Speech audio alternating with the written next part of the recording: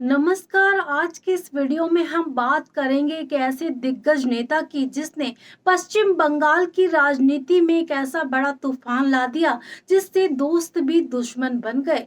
यहाँ पर खबरें कुछ ऐसी सामने आई कि ममता बनर्जी का जो बहुत ही खास था वो उनके खिलाफ किस तरह से पश्चिम बंगाल की राजनीति में खड़ा हो गया, ये अपने आप में बहुत बड़ा सवाल उठाता है। जी हाँ, नाम है शुभेंदु अधिकारी। शुभेंदु अधिकारी किसी टाइम पर ममता बनर्जी का दाहिना हाथ हुआ करते थे। ममता बनर्जी जो है उनकी राय बिना लिए कोई काम नहीं करती थी, लेकिन आज पश्चिम बंगाल की राजनीति में शुभेंदु अधिकारी ममता बनर्जी के अगेंस्ट खड़े हुए हैं। कांटे का मुकाबला हमें पश्चिम बंगाल के चुनाव में इन दोनों का देखने को मिल रहा है। ऐसे में शुभेंदु अधिकारी में दम तो है, क्योंकि इतनी गहरी दोस्ती निभाने के बाद जो है ममता बनर्जी के साथ अब उनके खिलाफ जिस तरह से वो खड़े हैं, जिस तरह से वो ऐसी ऐसी बातें बोल रहे हैं ममता बनर्जी की सरकार के खिलाफ, तो ऐसे में कयास यही लगाए जा रहे हैं कि जो पश्चिम बंगाल में चुनाव होने वाले हैं बहुत ही टक्कर का मुकाबला होता हुआ नजर आएगा। शुभेंदु अधिकारी ने पश्चिम बंगाल की राजनीति में इस तरह से अपनी पहचान बनाई है कि वो अर्श से फर्श तक उठे हुए बड़े नेता साबित होते हुए नजर आ रहे हैं। तो आज की इस खास वीडियो में हम आपको बताएंगे उनकी राजनीतिक कहानी के बारे में कि कैसे उनका राजनीतिक सफर पश्चिम बंगाल में शुरू हुआ और कैसे उन्होंने छोटे लेवल पर शुरुआत की, लेकिन आज सत्ता में बहुत ऊपर वो पहुंच चुके हैं।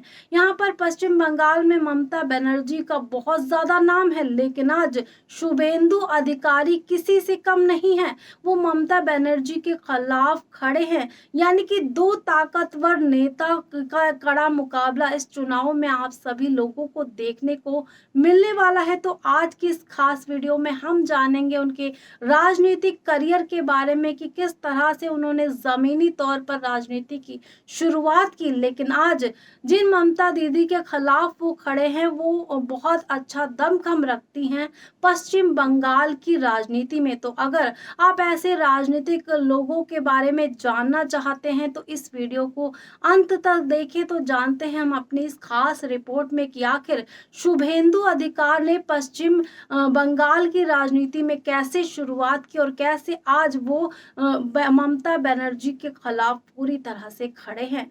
शुभेंदु अधिकारी की कहानी की शुरुआत होती है एक ऐसे परिवार से जहां राजनीति सिर्फ एक पेशा नहीं बल्कि विरासत थी। शुभेंदु अधिकारी का जन्म 15 दिसंबर 1970 को हुआ। उनके पिता शिशिर अधिकारी खुद एक बड़े नेता रहे हैं और इसी वजह से शुभेंदु अधिकारी बचपन से ही राजनीति के माहौल में पले बढ़े। उन्होंने अपने करियर की शुरुआत छात्र राजनीति से की और धीरे धीरे अपनी अलग पहचान बनानी शुरू की, लेकिन असली पहचान उन्हें तब मिली जब पश्चिम बंगाल में नंदीग्राम आंदोलन हुआ। ये आंदोलन सिर्फ एक विरोध नहीं था, बल्कि ये एक ऐसी चिंगारी थी जिसने पूरे राज्य की राजनीति को बदल दिया। और इस आंदोलन के सबसे मजबूत नेताओं में से एक थे शुभेंदु अधिकारी। इस आंदोलन ने उन्हें एक जमीनी नेता के रूप में स्थापित कर दिया और यहीं से उनकी राजनीति में एक नया मोड़ आ गया।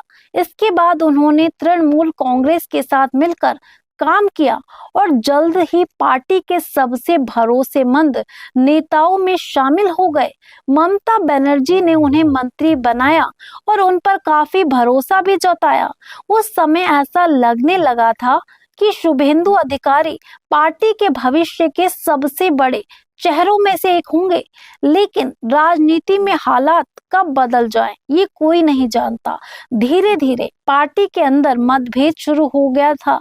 शुभेंदु अधिकारी को लगने लगा था कि पार्टी में उनकी अहमियत कम हो रही है और दूसरी तरफ ममता बनर्जी का झुकाव अपने भतीजे अभिषेक बनर्जी की तरफ बढ़ रहा था। यही वो समय था जब दोनों के बीच दूरियां बढ़नी शुरू हो गई। फिर आया साल 2020, जब शुभेंदु अधिकारी ने एक ऐसा फैसला लिया जिसने पूरी राजनीति को हिलाकर रख दिया। उन्होंने तृणमूल कांग्रेस छोड़ दी और शामिल हो गए भारतीय जनता पार्टी में। ये सिर्फ पार्टी बदलने का फैसला नहीं था, बल्कि एक ऐसा खुला राजनीतिक ऐलान था कि अब लड़ाई सीधी होगी। और यही हुआ। साल 2021 के विधानसभा चुनाव में सबसे बड़ी लड़ाई हुई नंदीग्राम में, जहां आमने सामने थे ममता बनर्जी और शुभेंदु अधिकारी। ये चुनाव सिर्फ एक सीट का चुनाव नहीं था, बल्कि ये दो विचारधाराओं और दो नेताओं की प्रतिष्ठा की लड़ाई बन चुका था।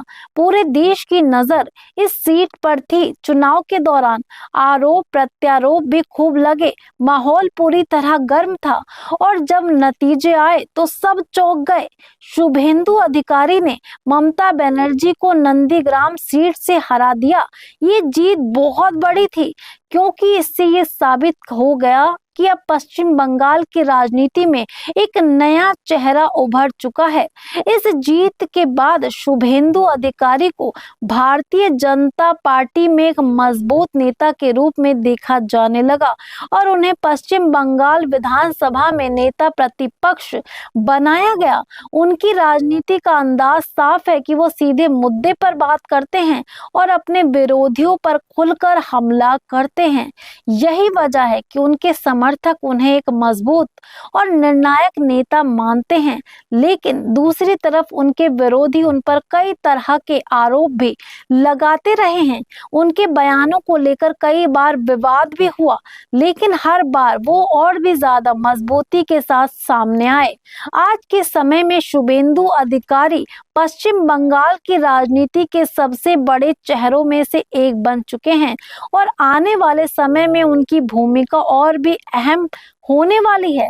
अब सबसे बड़ा सवाल यही है कि क्या वो ममता बनर्जी को पूरी तरह चुनौती दे पाएंगे? क्या पश्चिम बंगाल सत्ता परिवर्तन में संभव है, या फिर ये लड़ाई अभी और लंबी चलेगी? क्योंकि बंगाल की राजनीति में कुछ भी स्थायी नहीं होता। यहाँ हर दिन नए समीकरण बनते हैं, बिगड़ते हैं, लेकिन एक ताकत बन चुके हैं शुभेंदु अधिकारी। अब सिर्फ एक नाम नहीं, बल्कि एक बहुत बड़ी ताकत वो बन चुके हैं और आने वाले समय में उनकी हर चाल पर पूरे देश की नजर रहने वाली है। इसीलिए अगर आप राजनीति की हर हलचल को समझना चाहते हैं तो इस कहानी को याद रखिए, क्योंकि ये कहानी अभी खत्म नहीं हुई है। असली खेल अभी बाकी है, क्योंकि शुभेंदु अधिकारी का अपना राजनीतिक करियर अभी और भी ज्यादा आगे बढ़ता हुआ आपको पश्चिम बंगाल के चुनाव के बाद देखने को मिल सकता है। तो आपका क्या कहना है शुभेंदु अधिकारी के इस राजनीतिक सफर को लेकर, उनके इस अनोखे अंदाज को लेकर? कमेंट सेक्शन में अपनी राय जरूर दे दीजिएगा और ऐसी ही हमारी राजनीतिक कहानियों को पाने के लिए हमारे चैनल को भी जरूर सब्सक्राइब कर दीजिएगा।